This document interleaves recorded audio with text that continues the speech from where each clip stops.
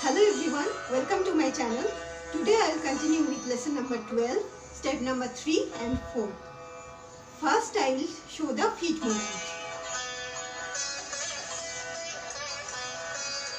We have to take adavu posture. Tat, tei, tat, dhit,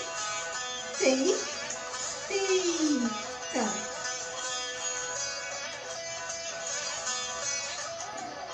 You have to jump lightly and sit. While getting up, you have to stretch one leg backward and slowly bring it up and lift it like this in ekpada posture. Again, tat, tei, tat, dhit, tat, tat, tei, tat, dhit, tat. So now I will begin with step number 3. Katakam hasta. Tat, tei,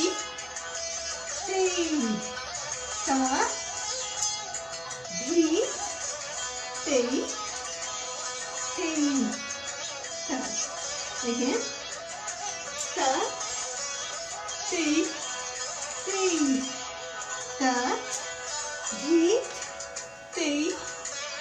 dhit, tat. So look into it. While I am sitting and keeping the hand forward, it will change to Alapadma. While getting up and stretching the leg, it will be Katakamukha, and while bringing it down, it will be Alapadma while the hand is in movement, and while resting in the original position, it will change to Katakamukha. Tat, tei. You have to look upward towards the hand. Tei, tat. And I will move as the hand will move. Dhit, tat. Now, step number 4. The leg movement is same, only the hand will be changed. So the mudras are same, Katakamukha and Alapadma. We have to hold Alapadma and cross the hand. Tat, no change while sitting. Tei, it will change to Katakamukha. Tei, tat, dhit, tat, tat, tei,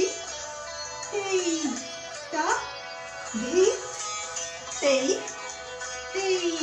tat, tat, tei, tat, dhit, tat. Here also eye movement is same.